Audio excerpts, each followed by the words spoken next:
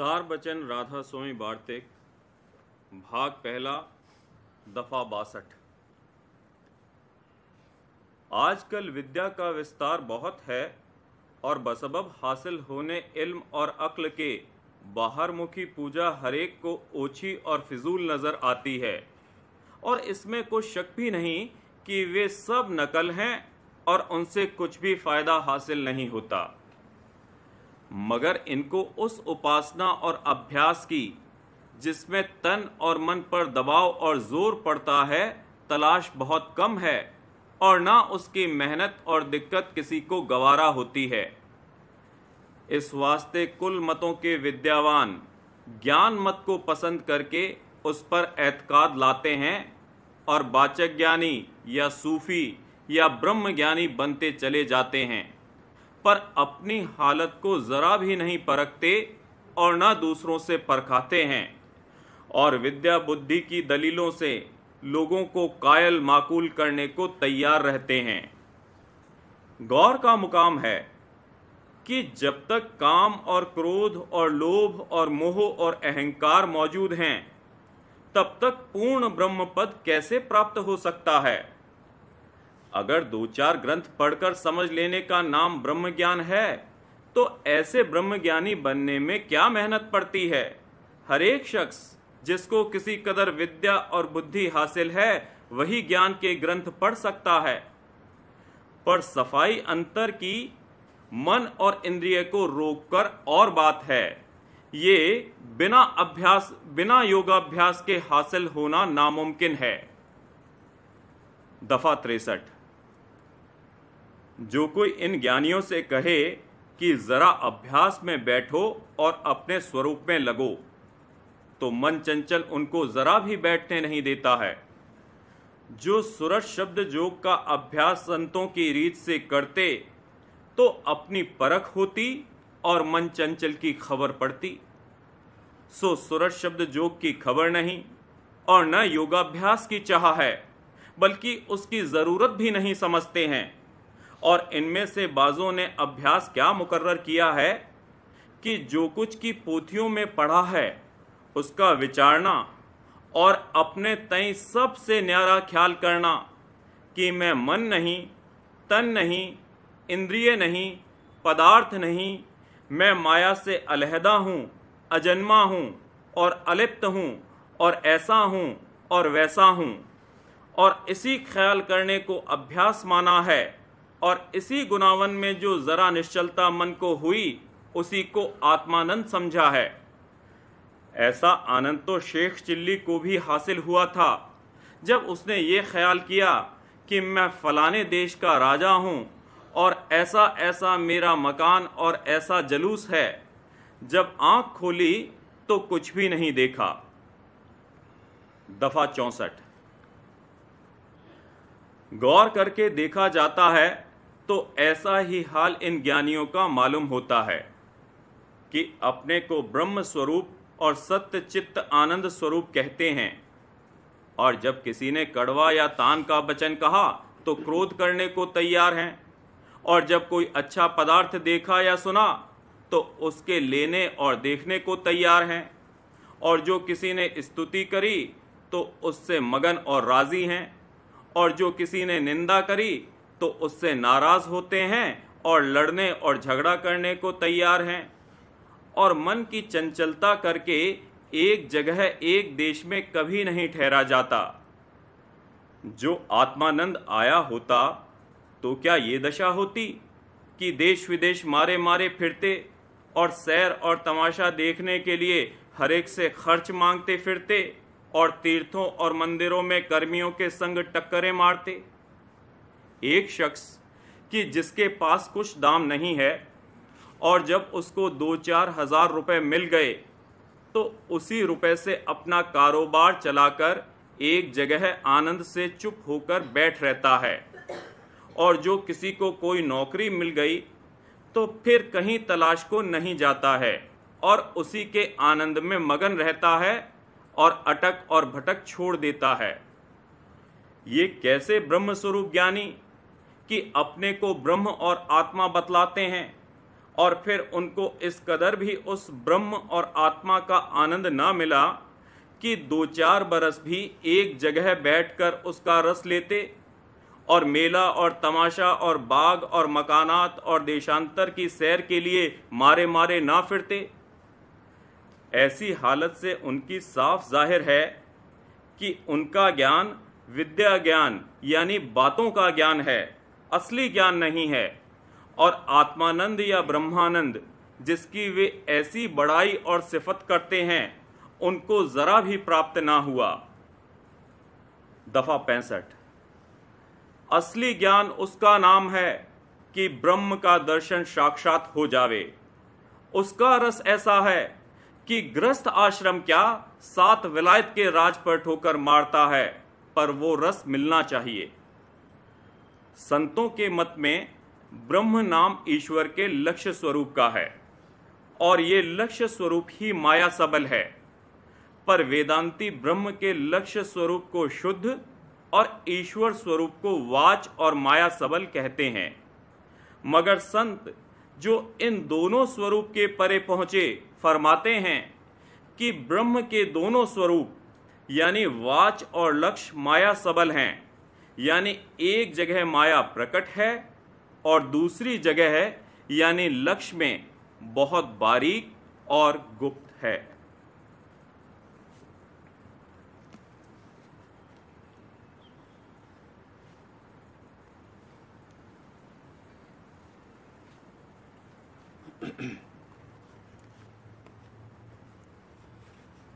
बचन बाबूजी महाराज, भाग पहला, बचन 91, इलाहाबाद, 2 मई 1932। संसार के सब रसों में तपन है। पश्चिम देश वालों ने ऐसे विटामिन्स दरियाफ्त किए हैं जिनसे तामसी ताकतें बढ़ें। सतोगुनी आहार खाना और तमोगुनी आहार से जहां तक मुमकिन हो बचना चाहिए। पूरब और पश्चिम के मिलने से यहाँ की सूरतें वहाँ और वहाँ की यहाँ पैदा होती हैं। इस तरह पश्चिम देश का उद्धार मंजूर है। हिंदुस्तान ही ऐसी पवित्र भूमि है जहाँ परम संत और बड़े बड़े अवतार हुए हैं। संसार में जितने रस हैं सब में तपन है, चाहे क्रूर रस हों या यहाँ के हिसाब से कोमल और शीतल रस हों। असली शीतल रस यहाँ है ही नहीं। उसका कुछ अंदाजा करुणा व दया भाव और उस दीन भाव से जिसमें दया की दात के लिए ये संत महात्मा के सन्मुख आता है हो सकता है। यहाँ जो रस लेने वाला है वो भी देहधारी है और जिस पदार्थ ख्वाह ज्ञाता का रस लेता है वो भी देहवान, और सुरत चैतन्य जिसकी ताकत से ये दोनों रस लेते हैं अंतर के अंतर हैं। इस वजह से बिला रगड़ के कोई रस नहीं प्राप्त होता। अगर ज्ञेय और ज्ञाता दोनों निर्मल चैतन्य हों, उनके दरमियान में कोई गिलाफ हायल न हो, तो उनके योग से निर्मल शीतल रस प्राप्त हो। यहाँ की तपन का क्या ठिकाना है? किस कदर तरद्दुद के बाद अनाज पैदा हुआ, फिर खलिहान में रूंदा गया, चक्की में पीसा गया, रोटी आग में सेकी गई और आखिर में चबा चबा कर पानी के समान कर लिया गया, तब रसना इंद्रिय से मुआफकत होकर उसका रस प्राप्त हुआ। जब तक ज्ञेय और ज्ञाता दोनों यकसा रूप में न आ जावें तब तक रस नहीं आता। किसी डिब्बे में इत्र बंद रखा है तो जब तक ढक्कन खुलकर खुशबू वायु रूप न धारण कर ले, घ्राण वायु में नहीं आ सकती। सब इंद्रियों का यही हाल है। पश्चिमी देश में तंदुरुस्ती और उम्र बढ़ाने की गरज से विटामिन्स जिनकी तादाद ए से ई तक पहुंच गई है, बाज बल्कि अक्सर ऐसे अज्जा में बइफराद पाए जाते हैं जिनको पिछले योगियों ने वर्जित करार दिया है। बैल और शूकर से भी इस किस्म के विटामिन्स लिए गए हैं। शूकर का ताल्लुक नाभि चक्र से है। जिस शक्ति की ये छाया है वो तो ऊपर है। कच्छ, मच्छ, 12 अवतार इसी क्रम में हुए हैं। पश्चिमी देश के लोगों के शरीर का खमीर ही ऐसा है कि उनको वही चीज़ें पसंद आती हैं जिनको यहाँ वर्जित करार दिया है या वो हिंसा के झैल में आती हैं। बच्चे के दांत निकलकर वो कुछ चबाने के काबिल हुआ कि वो प्रॉन मछली को चबेने की तरह चबा चबा कर जिंदा और कच्चा ही खाने लगा। प्याज लहसुन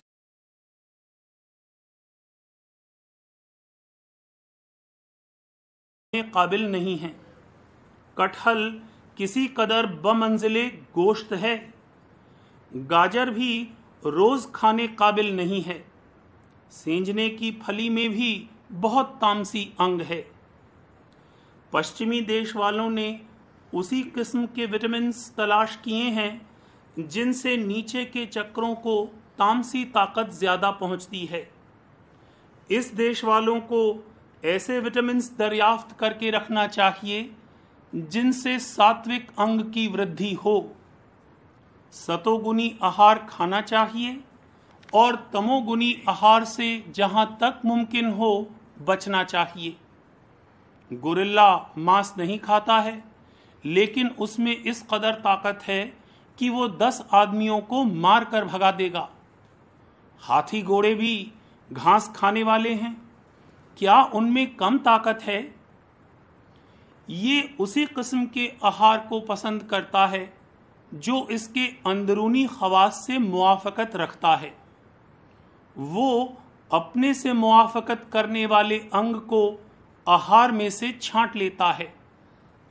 सांप को दूध पिलाया जावे तो उसमें से भी जो विष का अंग है उसी को सांप ज्यादा मिकदार में ग्रहण करता है। अमृत का जुज ज्यादातर निकाल देता है। सूअर गलीज ही खाता है। यहां तक देखा गया है कि अगर मुआफकत रखने वाला अंग सामने न आवे तो रगबत व इश्तिहा ही खाने की न हो। जो प्याज व लहसुन खाते हैं, जब तक उसकी बू की लपट नाक में न आवे खाने को तबीयत ही रागिब न हो। चक्रों का ऊपरी हिस्सा सतोगुनी वृत्ति का है और निचला तमोगुनी। इन्हीं आंखों से संतों के दर्शन करते हैं और इन्हीं से माया के रूप कनक और कामनी को देखते हैं। संत न देखें बोल और चाल, वे परखें अंतर का हाल। संत किसी जाति वर्ण के कायल नहीं हैं। उन्होंने सबका निषेध करके एक भक्ति का वर्ण कायम रखा है। राधा स्वामी वर्ण आश्रम न गाएं री, राधा स्वामी भक्ति वर्ण बताएं री। हुजूर महाराज के ज़माने में एक अंग्रेज़ आला अफसर थे। उनको हुजूर महाराज से मिलने का अक्सर इत्तेफाक होता था। वो हुजूर महाराज को बड़ी अजमत की नज़र से देखते थे। आहिस्ता आहिस्ता उनको हुजूर महाराज के चरणों में भाव भी पैदा हो गया और उन्होंने उपदेश के लिए ख्वाहिश जाहिर की और उपदेश लेकर चंद रोज़ अभ्यास किया।